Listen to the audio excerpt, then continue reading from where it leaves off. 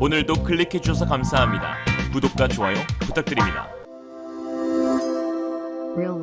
천안무적 천무가 전세계 최고의 다연장 로켓 발사 시스템으로 인정받으며 세계 각국의 도입 문의가 이어지고 있습니다. 8월부터 10월 2달 사이 폴란드, 노르웨이, 호주에서 천무 도입을 추진 중이며 현재 상당히 구체적인 사항들이 진행되고 있는데요. 지난 8월 폴란드 국방부 대변인은 미국 방산 매체 디펜스 뉴스와의 인터뷰에서 한국의 MLRS 천무의 잠재적 인수 및 공동 개발과 관련해 한국 파트너들과 논의하고 있다고 밝혔고, 블라시자크 폴란드 국방부 장관은 한국과 바르샤바 간 회담에서 하이마스의 도입 예정 기간이 미뤄지고 있는 바 천무의 도입 논의가 급진적으로 이뤄지고 있다고 했습니다. 9월에는 노르웨이에서도 소식이 전해졌는데, 노르웨이 최대 방산기업 콩스버그가 하나와 천무 도입을 위한 양해각서를 체결하면서 노르웨이산 NSM 순항 미사일을 천무에 적용하는 방안을 검토 중에 있음을 밝혔습니다. 하나 디펜스가 미사일 개조에 적극 협력할 것을 밝히면서 노르웨이 방산물자청은 올해 말 다연장 로켓 시스템에 대해 자료 요청서를 보내기로 했습니다. 여기에 10월에는 호주까지 천무 도입을 추진 중인 것으로 밝혀졌는데요. 오스트레일리아 디펜스 뉴스에 따르면 지난 5월 호주는 미국 하이마스 20대 도입을 추진하며 3억 8,500만 달러 예산을 편성하였으나 바이든 행정부는 우크라이나 지원을 최우선 현안으로 추진하면서 하이마스의 정확한 납기 일정이 불투명해 천무에 관심을 갖고 있는 상황입니다.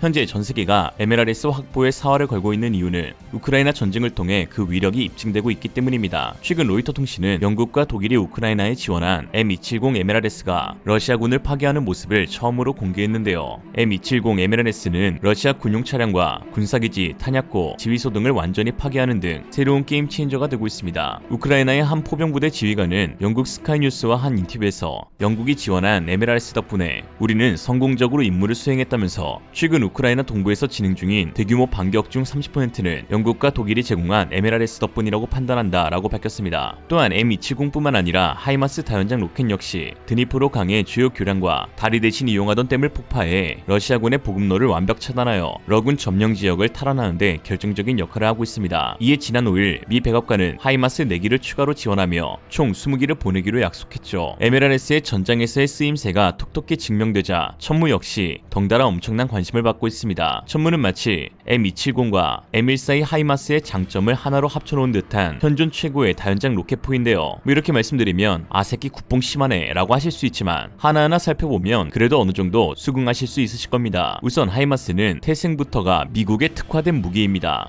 냉전 시대 이후 미국의 주적이 이라크, 리비아, 아프가니스탄 등 중동 지역으로 옮겨지게 되면서 기존 MLRS인 M270의 수송 능력이 지적받게 되었는데요. M270은 2개의 모듈에 총 12발의 로켓을 장착해 막강한 화력을 자랑하지만 궤도형 차량의 중량도 많이 나가 기동성이 떨어지고, 무엇보다도 미국 주력 수송기인 C-130에 실을 수 없다는 명확한 단점이 있었습니다. 미국은 접촉 지역에 적성국이 없는 데다 세계의 경찰 역할도 자처하고 있으니 무엇보다 미 본토에서 전 세계로 12시간 내에 작전을 투입할 수 있는 수송 운용 능력이 가장 중요했던 것이죠. 거기에 C-130 수송기가 1957년 실전 배치 이후 현재까지도 쓰이고 있는 등 워낙 운용 유지에 뛰어난 강점이 있으며 아직까지도 새 모델이 제조 개발되고 있으니 미군이 C-130 수송기를 써먹어야 할 건덕지도 필요하고요. 그렇게 해서 개발된 것이 바로 M142 하이마스입니다. 하이마스는 전장 7m, 전폭 2.4m, 전고 3.2m로 C-130 수송기 적재 규격에 딱 맞게 만들어졌는데요. C-130 수송기로 아예 수송이 불가능한 M270 MLRS와 달리 하이마스는 동시에 2대까지 수송할 수 있어 미 해병대, 주 방위군, 미 육군 등 다양한 군종에서 운용하고 있습니다. 아울러 59C가 개발한 트럭 위에 탑재돼 기동성이 좋고 어지간한 험지가 아니면 주파 능력도 크게 뒤처지지 않으며 장거리 기동이 가능하다는 점이 있습니다. 단 M270 대비 사이즈가 거의 절반으로 줄어 탑재 발사 모듈이 12발에서 6발로 줄어버렸는데요. 화력을 절반으로 줄이면서도 기동성과 수송 능력에 특화된 무기체계를 만든 것이죠. 이 같은 이유로 차체를 고정시켜주는 아웃트리거도 없어 측면 발사 장면을 보면 차체가 꽤 흔들린다는 것을 알 수 있습니다. 모든 화력 지원 병기가 그러하듯 반동이 심하면 초탄 발사 후 차체 안정화와 조준선 정렬까지 대기할 시간이 필요해 적의 공격에 즉각적인 대응이 어렵다는 단점이 있습니다. 하이마스에 아웃트리거를 장착하지 않은 것은 기술이나 돈이 없어서가 아닌 하이마스 탄생 자체가 기동성과 경량화라는 목적에 충실한 무기이기 때문입니다. 앞서 말씀드린 것처럼 하이마스는 항공수송이 주된 작전 루트인데, 이는 당연히 탄약도 함께 항공수송으로 해결해야 한다는 뜻입니다. 그러나 탄약 하나하나가 굉장히 크고 무거우며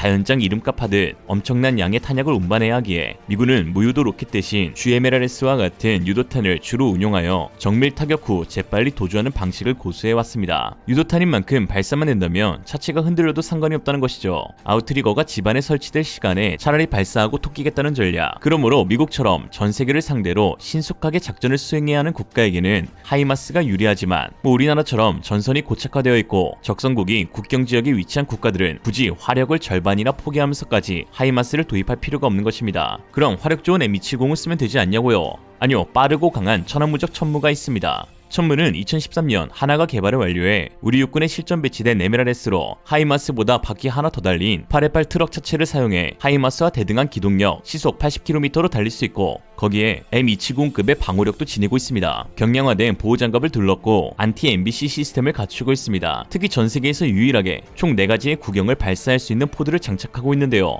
130mm 로켓 포드를 사용하면 무려 40발, 239mm 유도미사일을 사용하면 12발, 400mm 천무투 유도탄을 사용하면 4발, 그리고 KT즘2라고 불리는 600mm의 사거리 300km 유도탄을 쏘겠다 하면 2발을 장착할 수 있습니다. 즉 M270 동급의 화력과 방호력, 그리고 하이마스와 동급의 기동성을 갖춘 넘버원 MLRS이자 가격은 하이마스의 절반인 미친 무기 체계가 바로 천무입니다. 누가 뭐래도 아무리 둘러봐도 저는 천무가 세계 최고인 것 같습니다. 특히나 주무기인 239mm 유도미사일은 해외 기술과 동등한 수준의 국내 기술로 개발된 항제밍 위성 함법 장치가 장착되어 있어 적의 제밍으로부터도 상당히 안전하게 보호받을 수 있으며 미국의 까다로운 수출 절차에도 접촉되지 않아 UAE, 사우디 등 정치적 문제로 인해 미국산 무기 도입이 어려운 국가들에게 새로운 대안이 되고 있습니다. 이 한국형 항제밍 위성 함법 장치는 239mm 유도미사일 외에 전술 지대지 탄도탄 KT즘에도 사용되고 있습니다. 안 그래도 최고인 천무는 현재 또 한 번 선 넘는 개량을 앞두고 있는데요. 국방과학연구소는 최근 개최된 학회 세미나에서 차기 천무의 성능 개량 방안을 공개했습니다.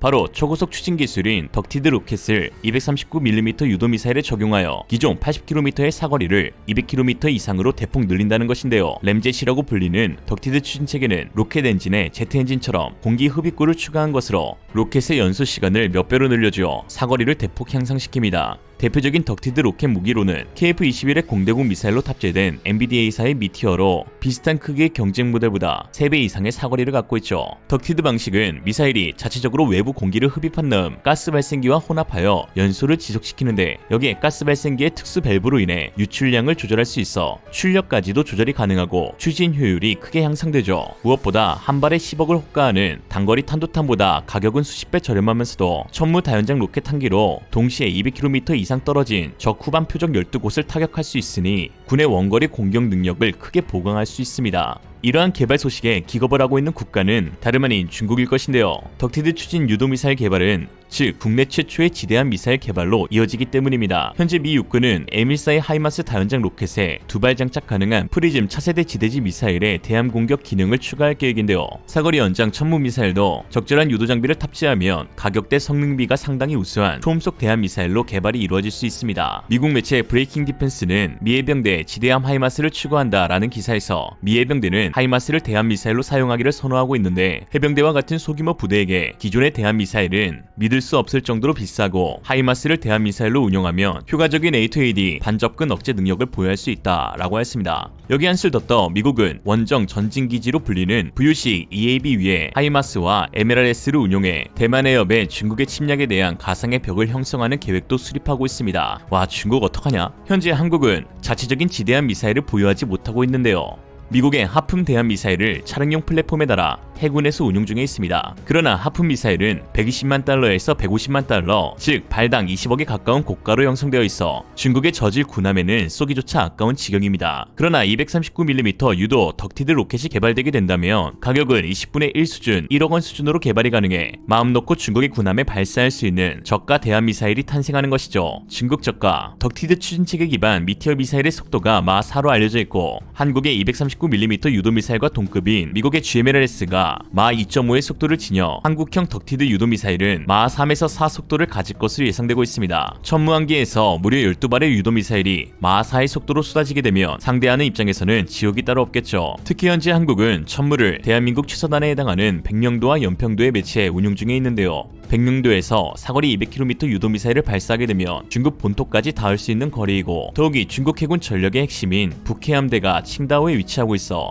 이 지역에서 출몰하는 중국의 모든 함선들을 상대로 강력한 반접근 지역 거부 전략을 수행할 수 있는 핵심 무기체계로 자리 잡게 될 것입니다. 참, 당연히 평양도 사거리 안에 들어오게 되니까 정은이도 그렇게 알고 있고, 일본 너네도 웃을 때가 아닌 게 부산에 배치할 시 대마도를 포함한 후쿠오카까지 닿는 사거리를 갖게 되니까 뭐 다들 잘들 하자. 한편 서울시 용산구 동자동에 거주 중인 김철근 씨는 리얼리즘과의 인터뷰에서 다음과 같이 밝혔는데요. 우리가 천무가 있다 해도 절대 중국을 무시하면 안 되는 게 중국에도 아주 놀라운 천무가 있다. 천하의 무식한 놈. 이상으로 리얼리즘이었습니다. 여러분의 생각은 어떠신가요? 현명하고 지혜로운 여러분의 의견을 지금 댓글에 남겨주세요. 감사합니다.